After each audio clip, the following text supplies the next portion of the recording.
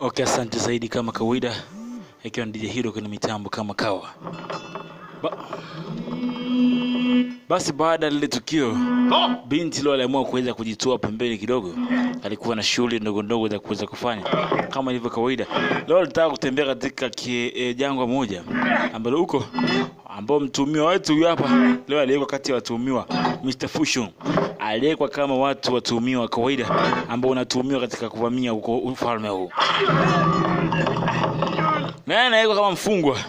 Kumbuka hapa pavutu na farasi bado wafungwa. Ndipo mshikaji anamwambia binti, na maana wewe leo umeamua kunitembeza mimi katika desert, katika jangwa hili.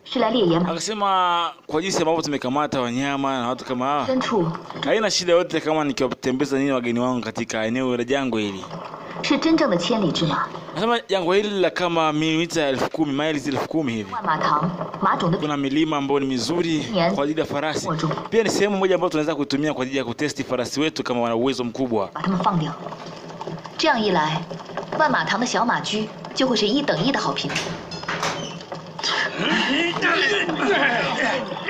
Basi walipofika, hey, simamieni hapa. Amri ilitolewa, wakasimama pale pale.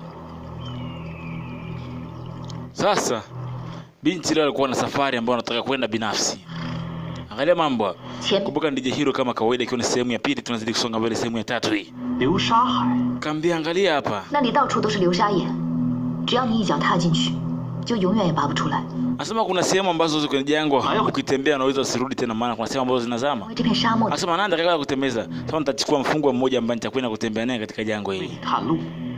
Kaambia utatumia farasi wako au nani?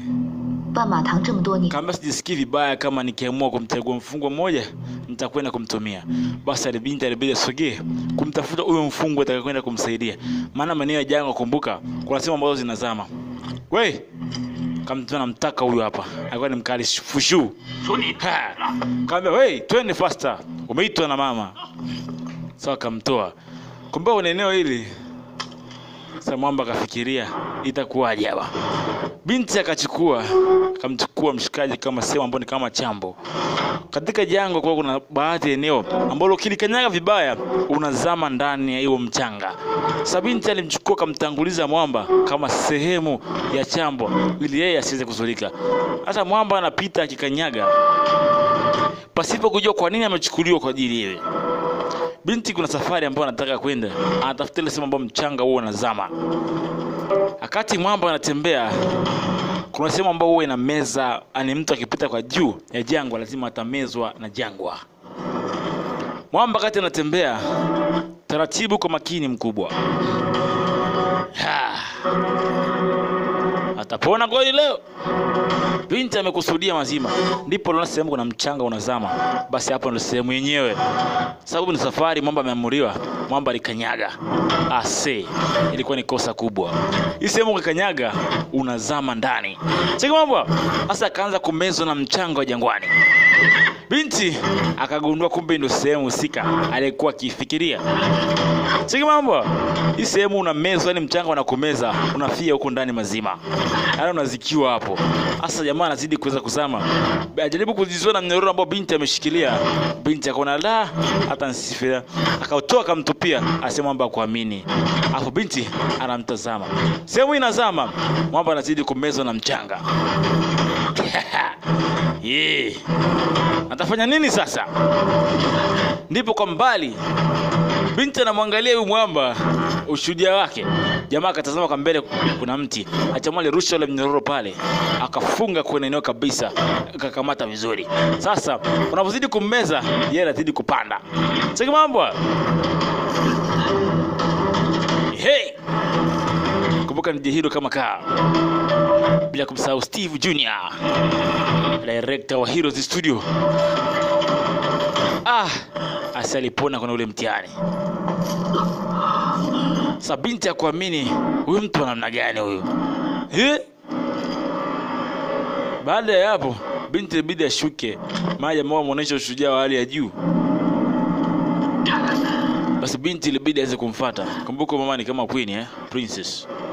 Alipofika hapa,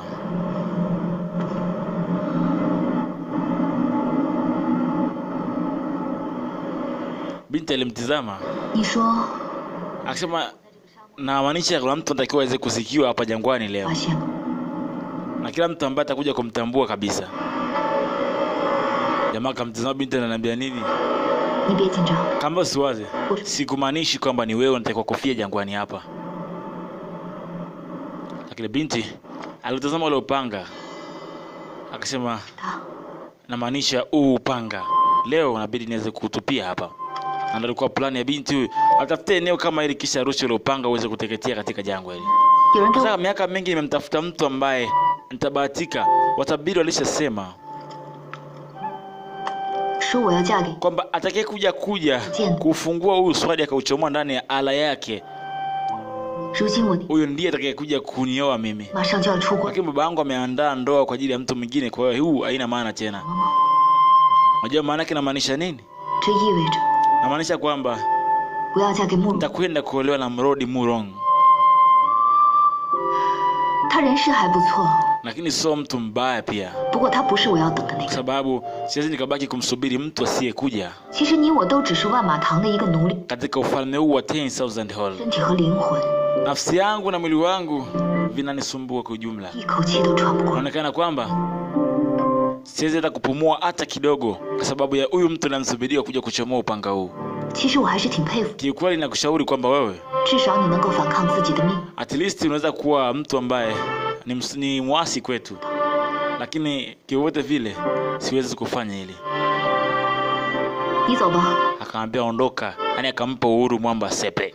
你这样的人 Akamwambia 有资格活下去。 mtu kama wewe anataka kuweza kuendelea kuweza kuishi. Basi binti aliangalia upanga kisha aliamua kuutupa sababu alishakata tamaa. Anayempenda haji kuja leo tena, huenda aishi tena, maana upanga huu wengi wamejaribu kuchomoa lakini hajafanikiwa. Hatimaye aliutupa bila kukata tamaa, kwa tamaa kubwa. Hatimaye binti aliamua kuweza kuondoka, akamwacha Bikali akiwa mzidi kukaa pale chini, akizidi kumshangaa mama huyo. Sasa ametupa ule upanga na upanga mwingine, sasa upanga unakwenda kumezwa. Lakini ghafla wakati mama anaondoka, kuna vitu vinamfuata nyuma namna hii. Binti anatembea hafahamu. Cheki mambo. Vinakuja mzee. Tu ni vinini ase. Mamba akaona, binti akawekwa kati. Walikuwa ni maadui wakubwa ambao wanamfuatilia binti na babake na binti huyo. Cheki mambo. Binti kwanza alipigwa style. Wanaamka njemba zinapiga mbaya. Binti anafanya nini na upanga hana? Wakatua nyemba 5 hizo. Jamaa anajishuhudia tu. Kabanya ni nani? Kabanya ni watu wanaotaka wewe uweze kufa. Sasa wakaanza kumshambulia binti huyo. Binti yuko peke yake jangwani, hana mtu yote ambaye anaweza kumsaidia. Mama anajishuhudia tu kinachoendelea. Kumbuka mama aliambiwa akisha kama binti huyu anaingia kwenye mahusiano ya kimapenzi na yeye. Na hiyo ndio plani ya kwanza aliyopewa binti aliotewa Hiyo, huyo anakuja kumkata mzee. Aya! Lakini ghafla, asante, aliingia mwamba huyo hapa. Akaanza kusababisha vitu namna hiyo. Alikuja kumsaidia binti. Binti hakuamini Sasa jamani kwere. Sanchi keki finyo yake ilivyo inatisha. Sasa mambo. DJ Hero kama kawa. DJ wa Boma. Ukisikia Boma, basi DJ Boma niko hapa.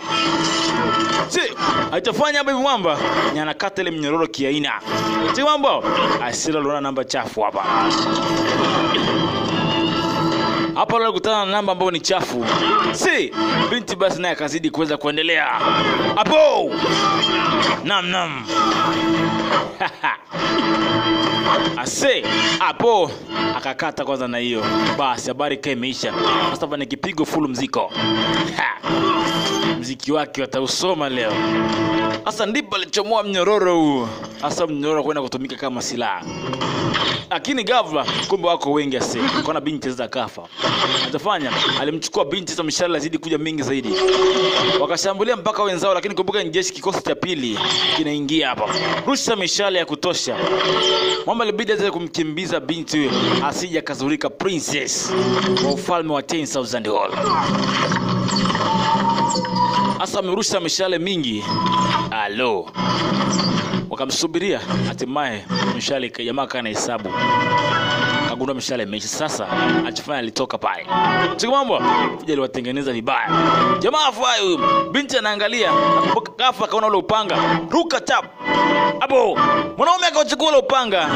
Hasa laweza amini mwamba alichomoa kwenye ala. Binti hakuamini macho yake maana. Mwamba ameutoa upanga ambao alitafuta mtu atakuja kuchomoa katika ile ala. Lakini leo mtoto wa kiume huyu ameuchomoa. Je, huyu ndo anapaswa kuwa mume wake au vipi? Twende sana DJ Hero kama kawaida. Ipigo kinaendelea kupigwa hapo ndani. Abo, sekunde tu kawaida shika upanga, huyu ni balaa tupu. Habari imeweza kuishia hapo wote. Ndipo anakumbuka msemo wake aliyosema. Jamaa alimuuliza ikitokea mtu akauchomola upanga itakuwaje? Binti akadai kama anaishi nitaachana na kila nilicho changu, nitakwenda kumfuata. Binti akaamini leo mfungwa ndo amekwenda kuwa aliuchomoa ule upanga. Je, atakwenda kumuoa au la? Binti hataki kuamini kabisa. Yaani yule mtumwa ambaye alitaka kumuoa babake leo amechomoa upanga kwenye ala. Kisha mwamba akamtizama binti. Na binti alikosa pozi. Hakuamini. Na maana huyu atakwenda kunioa. Huyu ndo anafaa kuwa mume wake basi. Sababu ndo mtu aliyochomoa ule upanga katika ala. Kisha akamrudishia kumwambia kwamba tumaini bado lipo. Chukua upanga huu tuweze kwenda. Lakini binti kwa sababu huyu ni mtumwa. Mtumwa na mtoto wa mfalme wapi na wapi? Sasa na rais na mtoto wa mfungwa. Hapo akautupa pale chini. Kisha mwamba kumaanisha kwamba naye hataki shobo nyingi. Kama tuondoke, hapa ni sehemu hatari. Alimwambia binti kwa namna hiyo. Binti kumbuka alidungwa, kuna sumu ambayo amedungwa na ile kitu ina sumu. Anataka kuanguka, mwamba akamzuia. Achana na mimi wewe. Binti hamtaki. Kama naomba ukae mbali na mimi. Sasa kama katika jangwa hili wako wawili. Sasa hamna mtu mwingine ambaye yuko hapa. Askari wake amewaacha mbali.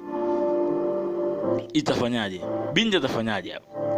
Na binti amtaki kwa sababu huyo basi ni mtoto wa mfalme. Hey. Baba picha na love story moja nzuri sana. DJ Hero kama kawaida ndani ya nyumba. Tunazidi kuendelea kusonga mbele kama kawa.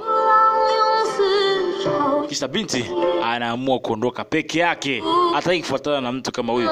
Maana huyu kama mfungwa kwa ni mtu mdogo sana kwa ufalme wao. Yaani mtu mmoja ambaye afai hata kuonekana katika ufalme, yaani ni mfungwa. Kwa binti hataki kujihusisha naye. Amesha gundua kwamba huyu ameshika upanga, lakini bidi bado anakanza ubongo. Kama hataki kujihusisha naye. Mwamba alimwangalia alijua binti aende mbali. Binti alifika mbele kidogo, mbele alianguka chini sababu sumu ilikuwa kizidi kwenda mbele. Ase.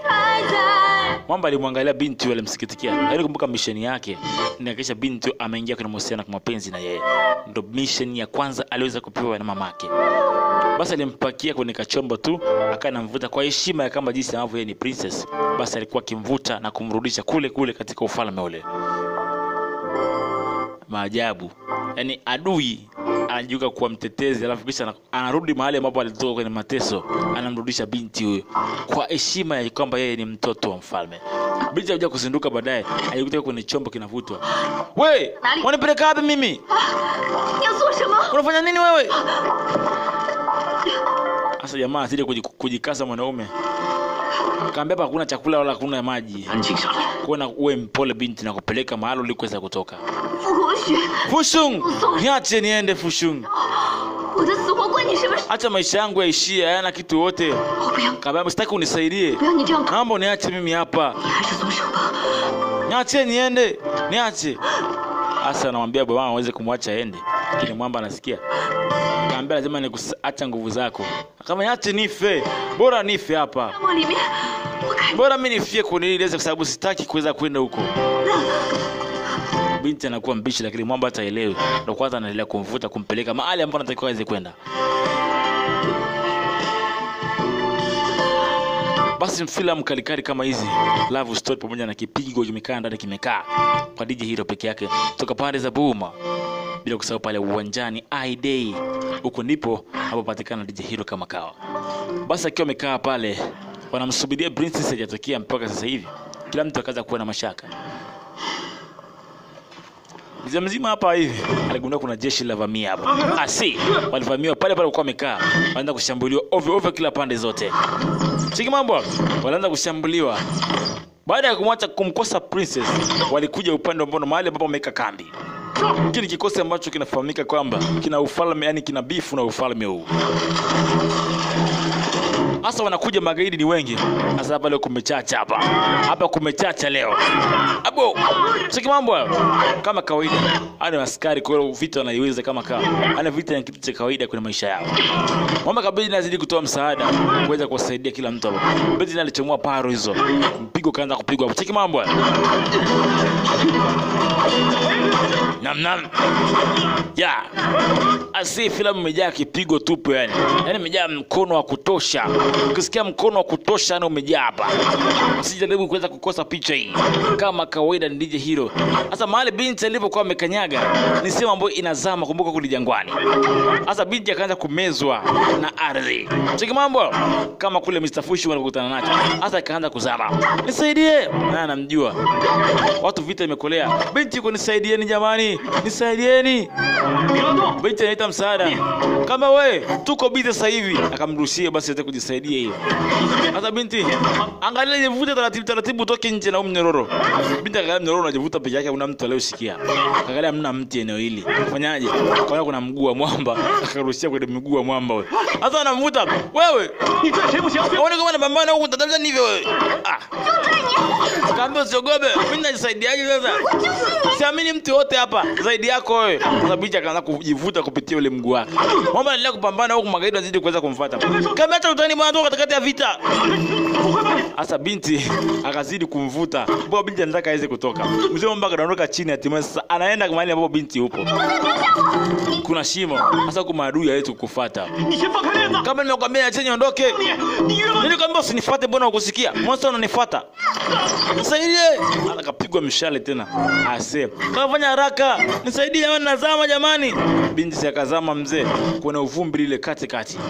Binti akazama kabisa. Anayefuata amefunga mnyororo ni mwamba huyo. Mama yuko jamani, nisaidieni jamani. Asaidiwe na nani? Hatimaye naye alipotelea katika vumbi. Basi habari yao ikaishia hapo. Hatimaye taratibu zikafika huko kama binti hajaonekana kuna ufalme.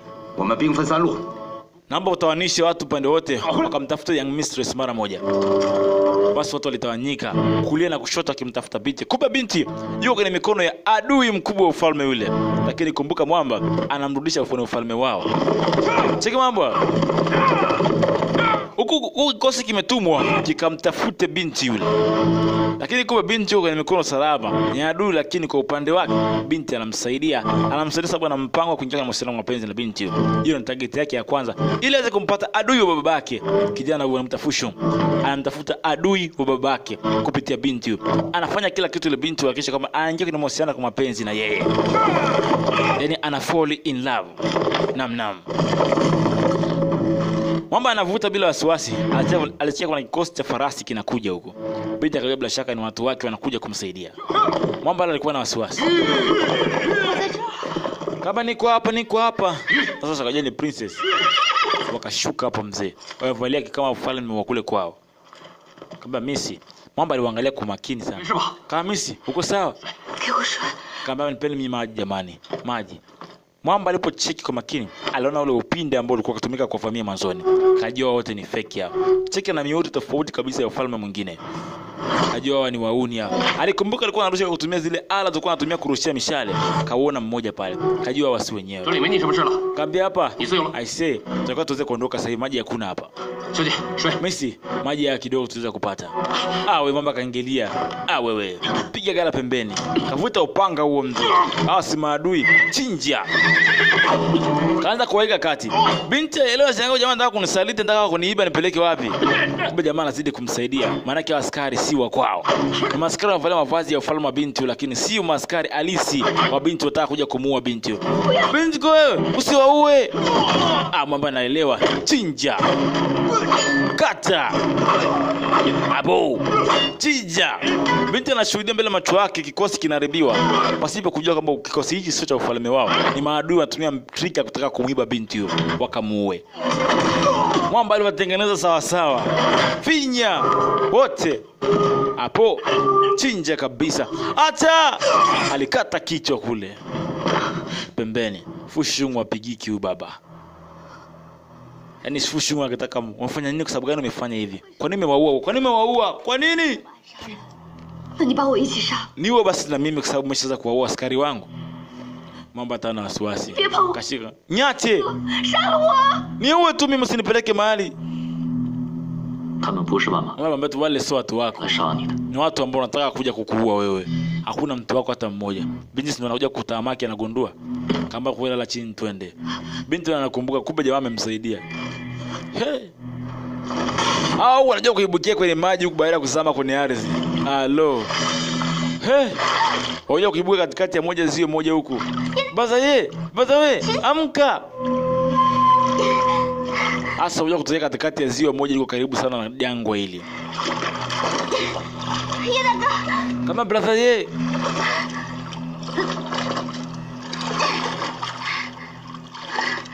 Basi hatimaye ilibidi watu wakae pembeni.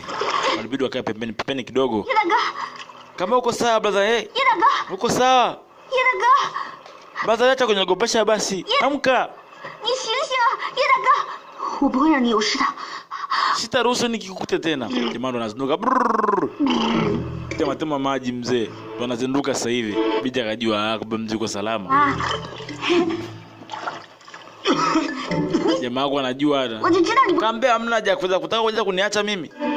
Siwezi kubali tu uniache, tutakwenda pamoja. 活着被你晃死了。 Kaambia hivyo kwa nini 我 wewe? 就知道你不会。 Kama unajua nini? Sitaki kuweza kukuacha. 我们这在哪儿啊？ Kaambia kwa nini tuko wapi? 流沙之后 Kama tulizama kwenye udongo 都不知道 na 了， baadaye tumetokea tuko hapa kwenye maji. 我就在这儿了。 Tuko tayari tushaamka, hamna shida, tuko kando ya maji. 一定是沙土下面淡了。 Hii itakuwa tumetokea chini ya maji, yani underground, ziwa la chini kwa chini huko. 乱了， Kama inawezekana tukamezwa na mchanga, alafu tukatokea kwenye maji. 到这儿了。 哦， Kama itakuwa ni mto umetuleta hapa. Hey, chomoe. Wewe ngusaidie. 你干嘛？ Unafanya nini? Kaambia ngoja, wewe ngusaidie kuvuta huo mkuki jamani. Kuwa makini. Kaambia usiogope. Basi binti anataka kumsaidia kuchomoa upinde ambao amerushiwa. Jamani akachomoa. Ha, 没事吧？ kaambia uko sawa? 这叫没事儿啊？ Kaambia mimi niko sawa. Sasa shida kwa binti anamfuatafuata. 这条河流一直往下， Kaambia kwa nini unanifuata yeye mpaka 不 huku? 了多久就会看到。 Wewe utakuwa sehemu yako uweze kukaa. 赶紧回家， Aya, fanya haraka ondoka na nyumbani. 想象的那么好玩。 Mimi sitaki kuweza kukaa mtu kama wewe mpaka hapa. Kaambia kwa nini? Vipi kuhusu wewe? 这个箭头上有毒， Kaambia huu mshale una sumu. 我出这里了。 Kwa bila shaka nitakwenda kuondoka kwenye ile eneo. 没事没事。 Ni sawa. Mbona? Najifunza mimi hapa ni fundisho jinsi ya kutumia madawa. Kunaweza kukuokoa pia. 你要是真心疼我， Kama ni kweli unanijali sana mimi 临死之前还有一个心愿未了。 hata mimi moyo wangu hata hujakukubali hata kidogo. 心愿， Hata kunisaidia. Kama mimi najitolea tu. 你说吧，什么？ Kweli nitakwambia nini? Subiri nikwambie. 我的愿望就是， Kaambia ombi langu ni moja tu binti. 你能不能离？ Kaa mbali na mimi. Jamaa mtaki kabisa binti. So kaa mbali na mimi. Mbona lazimisha kunifuatafuata kila siku 有 binti? 那么讨厌吗？ 讨厌！ Kama mimi ni msumbufu wewe. Zaidi ya msumbufu tena wewe ni superstar wa kusumbua. 讨厌我也不离开。 Sitakuacha nakwambia hata iweje. Binti anamwambia, "Sikuachi." Jamaa hapendi kufuatiliwa na binti huyo. Binti analazimisha kumfuata. Binti akarudi mzee. Oho. 我肚子饿了， Kama mimi na njaa. 不如我们去吃饭。 Vipi tutakwenda kula au nini? Jamaa yuko Mungu wangu wewe. Mbona uondoki? 走吧。 Kama njoo nisaidie. Jamaa analia lakini binti hataki kumwacha. Basi baada ya kutembea umbali mrefu, 怎么样？ Mister, 现在只找到他们两个。 tumetafuta kila mahali sehemu zote. Mungu. Kwa tumeweza kumkuta binti. Yeah. Tumemkuta tu brother yeye yani Murongzu. 铁一说，性命一旦已经无碍， Kama binti atakuwa kwenye hatari kubwa. Maana amempata mtoto wa mfalme Murongzu lakini hamjampata binti. 你们还在这儿愣着干嘛？还不 Tafuteni kila mahali kwa haraka zaidi. 是？ Basi walimuingiza ndani. Kumbuka amevalia mavazi ni feki, anachukua mavazi ya Murongzu. Basi akaingia ndani. Kaambia kuna mishale yenye sumu ambayo imempiga. Huenda binti alipatwa na madhara. Ameenda kuanguka sehemu ambayo ni tofauti na hii. 现在还不清楚， Kaambia bila kuna maadui wengi watafuta sana kuna mfalme wa $10,000. Unaweza kama umempata binti wewe. Haya tukamtafute binti haraka. Tutachukua vijana wenye farasi kama 4 afu nitakwenda kumtafuta binti. Kama tumetafuta kila mahali. Lakini najua sehemu nitakwenda kumpata hivi karibuni. Nitakuwa na furaha kama nikimkuta huyo mjinga ile mchukua kama yuko hai. $10,000 haijashindwa. Naomba nitalipia ripoti ya farasi. Haya, nyie wawili tunaweza kutafuta katika maeneo ya milima kule. Tunaweza kumpata binti huyo. Maeneo ya milima alichukua askari kadhaa kama kuweza kwenda kumtafuta mwamba mzima. Hapa siwekana kwamba yupo anataka kumkuta kwenye maeneo ya milima huko. Basi mwamba ilibidi asitafute baada pembeni muda mrefu kidogo. Tutamani kuna mtu kidogo ibidi aweze kunywa maji maana ni hali iliyo si sahihi kwa ujumla. Binti kama kawaida anazimia, anaamka, anazirai, anaamka. Acha kata tamaa kabisa na maisha. Binti alikuta anaimba baba uko wapi baba? Binti alikuta akiita kukata tamaa. Namuona mama yangu tayari. Binti anadai kwamba anaona kifo kimemkaribia. Lakini mwamba Fushun alikuwa akimwangalia binti kwa muda mrefu. Kabla angalia mama yangu. Binti kama vile ameshaonekana kama kukata tamaa kabisa na mwogopa mwamba huyu. Mama yangu anakuja karibu yangu. Aenda kunitengenezea njia mimi. Njoo haraka mama. Binti anasema, lakini mwamba ana shida na binti huyo. Kama nimekumisi sana mama.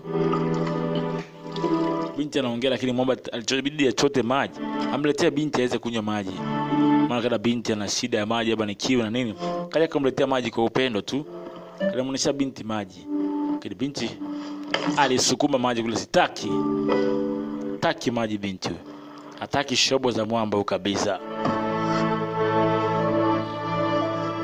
Hani binti hamtaki kabisa huyu jamaa. Afu ndo msaada pekee alionao. Anajaribu kuamka kama mwanamke yani aondoke kabisa. Hataki kukaa karibu na mwamba huyo. Binti anaondoka kabisa. Anajikokota maskini Mungu anajikaza. Fushun anajua binti afiki mbali.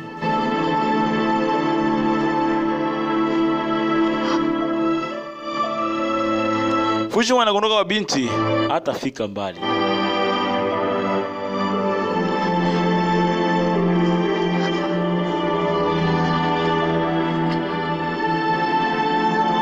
Binti anatembea fiki mbali.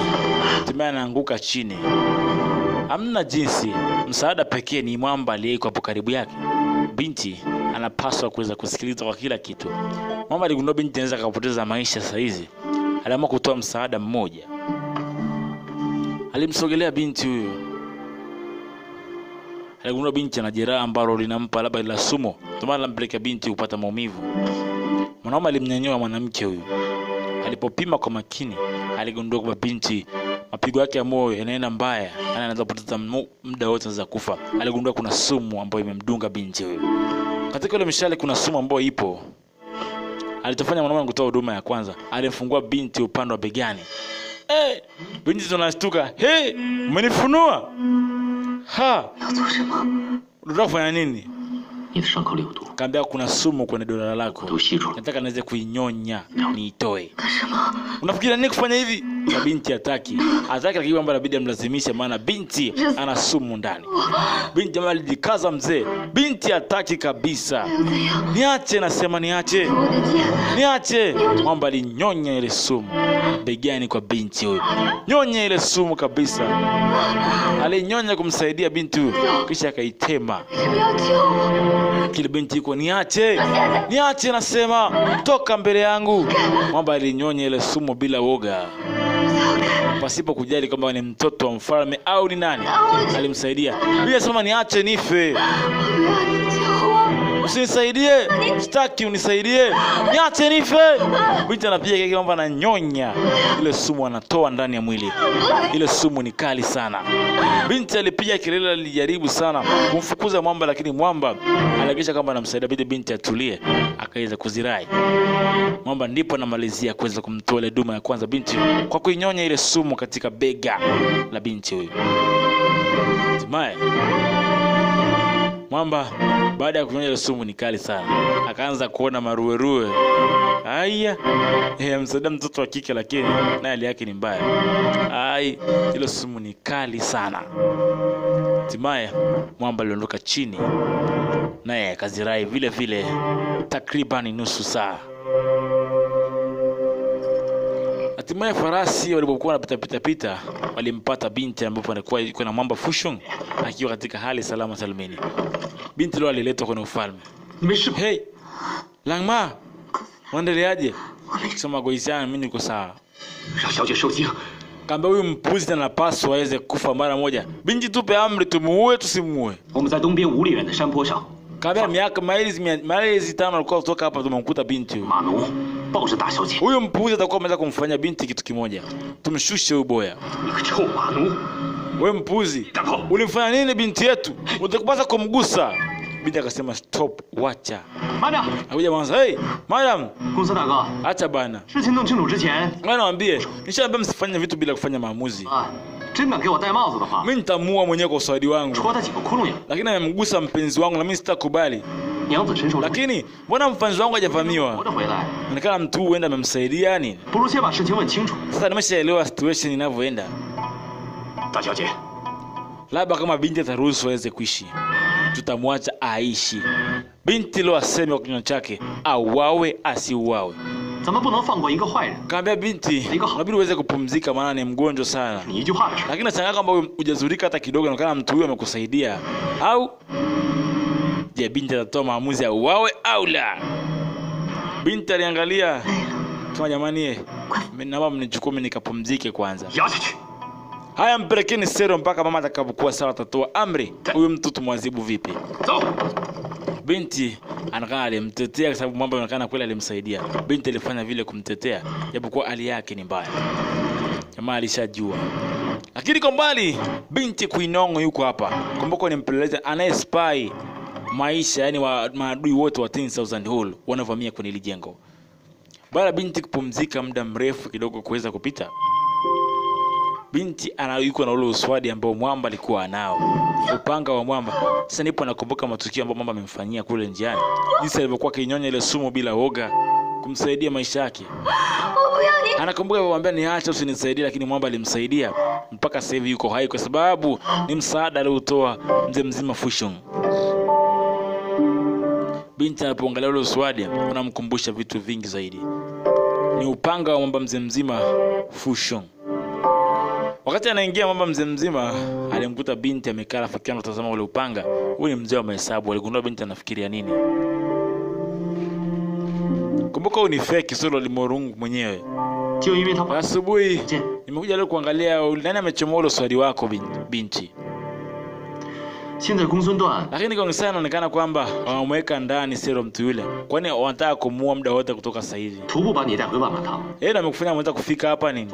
Maana sijaelewa mpaka sasa hivi. Au nataka kusema neno lolote kuhusiana na mwamba au tazidi kujificha hapa? Inaonekana kama una moyo kabisa binti wewe.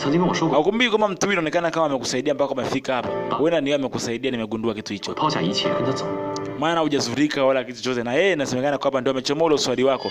Binti anakumbuka kumbe mwamba alivyochomoa ule uswadi siku ile, kwamba huyu ndio anapaswa kuwa mume wake. Binti anafanyaje hapo? Unafikiria nini ufanye sasa hizi? Nini unafanya sasa hizi na nini unafanya sasa hizi? Maana mwamba ashakusaidia na alichomoa ule uswadi ni yeye. Kwa nini unataka kuweza kukubali? Binti aliamka kumkamata mwamba huyu. Huyu unasemekana anatakiwa aweze kumuoa binti kwa wakati huu. Lakini binti kamtizama kisha alimpiga busu pale pale. Jamaa kamzuia, ngoja. Alimzuia. Kumbuka usomro Limorungu original. Original imefungwa kule. Huyu ni fake. Mwamba alikuwa na shida moja tu kuja kwenye ile eneo. Binti akashangaa, "He, unafanya nini?" Kaambia, "Kwa nini unitaki mimi? Kwa nini unitaki mimi? Au sifai kuwa kama mwanamke?" Binti anataka kutoa nguo mzee. Kaambia, "Hapana. Unafikiri kama ukinipa mimi mwili wako nitaweza kukubalisha mawazo kuhusu yeye?" Yule amechomoa Fu Sheng hajawahi kuonesha hisia yote kwako wala kukoboza wewe kwenye maisha yako. Maana amechomoa uswadi, maana yake ndio anafaa aweze kuwa mume wako. Binti akasema, "Mimi siwezi kuweza kuolewa na mtu kama yule. Mfungwa tu wa gerezani, punda yule. Yule ni kama punda kwetu. Siwezi kubali niweze kuolewa naye. Wewe unataka unioe mimi kwa sababu tayari umeshachaguliwa na babangu. Babangu amekuchagua wewe uweze kunioa mimi. Kwa mimi siwezi kukubali kuweza kuolewa na mtu mwingine."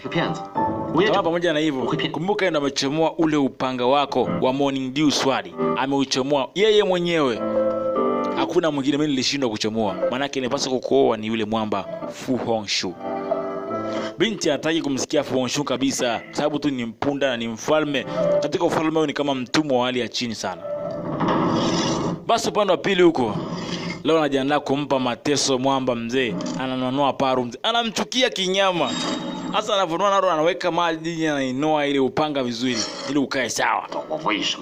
Kambani leo sitakuacha nje wangu ni kuchelewesha ukiwa hai. Lazima nikukatekate kichwa mjinga wewe. Sababu nimekaa hapa nikisubiria muda mrefu, watu wanakuja wanaingia kwenye huu ufalme. Siwezi kutaka kuona mtu anaendelea kuonekana kwenye hili eneo. Sababu tayari nishaingia woga kukuona wewe.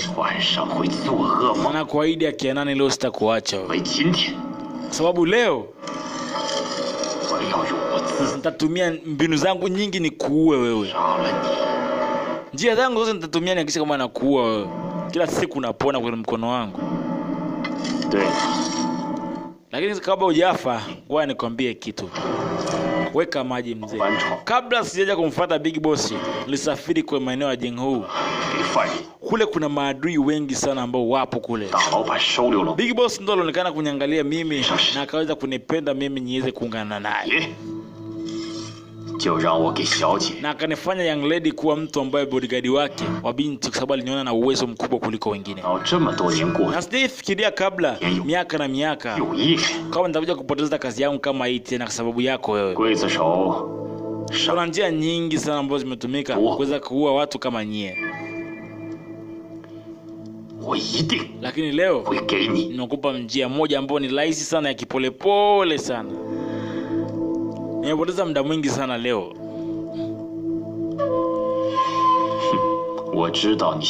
Najua kwamba unaogopa sana wakati huu. Na unaweza ukapiga kelele pia. Leo nikwambia ukweli.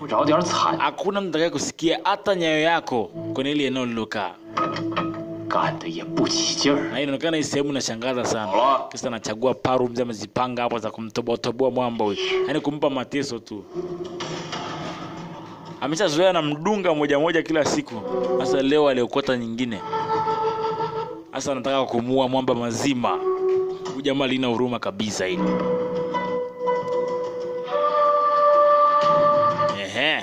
Kamkaribia hapo. Kaambia kwa sasa hivi huu ni uwembe mdogo sana. Ni kama wembe tu. Kwa ukikata namna hii unaondoka na shingo yako. Kwenda kumdunga. Nasikia acha. Wewe mjinga. Akaanza kumchapa. Kumbuka ni Yekai anazidi kumsaidia mwamba. Anatafuta mbinu nyingi za kumsaidia mzee mzima. Hajajua nini hasa mzee mzima amefuata hapa. Anaonekana kumsaidia huyo. Anamtandika mzee. Piga. Kama cha kuwa na hasira. Huyu ni mtumwa, tutamua muda wote. Huyu anapaswa apewe adhabu nyingi sana mpaka kifo. Kabla ngoja kwanza. Toka tumfanyie adhabu ambayo ni polepole. Tusimue kwa sasa hivi. Sababu bado nina hasira leo, kesho na kesho kutwa. Kwa lazima tuweze kumwacha hapa. Na idea nyingi sana za kumfanya mtu aendelee kuweza kuishi hapa. Bang sasa niachie nimtese mwenyewe. Wewe nenda. Sasa kumbuka huyu Murongzu anataka kumsema. Kambe nenda mtamtesa mwenyewe. Sasa Murongzu ana mpango kabisa kumsaidia mwamba Fu Shong. Jamaa akakosa nafasi ya kumuoa, alikasirika. Jamaa akamwangalia wewe. Oya, sikiza hapa. Kuja kumfungua mwamba best yake. Sasa anajaribu kumsaidia kila namna asije kauawa. Naona tangu mwanzoni hajajua misheni yake ni nini hasa mwamba huyu kuja kwenye eneo hili, na anazidi kumsaidia mzee mzima Fu Hongxue. Mpaka sasa hivi hatujafahamu, twende mbele tuzidi kuweza kuelewa zaidi. Kabla oya, niachie niende. Jamaa kakaa. Kamba kama unataka toroka sasa hivi. Maana wazidi kukaa hapa, watakuja kusaidia. Kaona nisaidia mimi. Kamba sijaonaga mtu kama wewe. Kama mimi ni rafiki yako.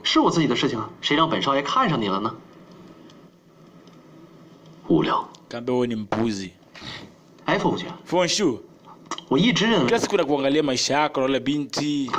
Lakini mbona binti umfikiria hata kidogo, maana binti yule anaonekana kwamba amemsaidia wewe kuliko mimi. Niambie tu kiukweli. Nini kilitokea kule jangwani mlipokuwa wawili? Niambie sasa. 是男人 Nyie wote sisi wote ni wanaume bana. 啊， Wewe sema nini kilitokea kule jangwani baina yenu 救 wawili? 得了你时， Maana nimekaa muda mrefu hapa. 不如 Nataka tuweze kuendelea kunywa, nimeiba hadi kinywaji tunywe pamoja leo. 我爱谁谁。 Usijani kuhusu hilo. Kamata kinywaji tunywe. 我不喝酒。 Kama nimeshakwambia mimi sinywangi pombe ukumbuki? 傅公子， Kama master fu bana. 我不知道你来边城要做什 Sijui kwa nini nimekuja kwenye boda hii. 么，跟一张 Kila siku najiuliza. 嫌累吗？ Lakini nataka uweze kufikiria mambo mengi zaidi. 50 Miaka 50 mingi. Unataka uweze kuhakikisha kidogo una relax, hata ruhusu fahamu zako zikae zichanganyane na watu, kukaa na watu, kuzungumza na watu. Usiwe kimya kimya kila siku. 试试。 Jaribu hii leo. Huyu jamaa jaribu kutafuta urafiki sana na Fuongshu muda mrefu sana. Mambo inabidi jaribu leo. Hajai kunywa pombe kabisa. Sasa alitesti wine hiyo kidogo. Kampa Shika. Leo alitesti sababu ya mambo yanaonekana yanamsaidia. Sasa anapokunywa hivi. 你说的美好人生， Kaambia maisha gani mazuri unayoelezea wewe? Basi ikiwa ni sehemu ya kwanza, aba si sehemu ya tatu. Kwa basi tunazidi kuendelea mbele na sehemu ya tatu hii. Tukutane katika sehemu ya 4. Ikiwa ni sehemu ya tatu kabisa ya moto ule pale.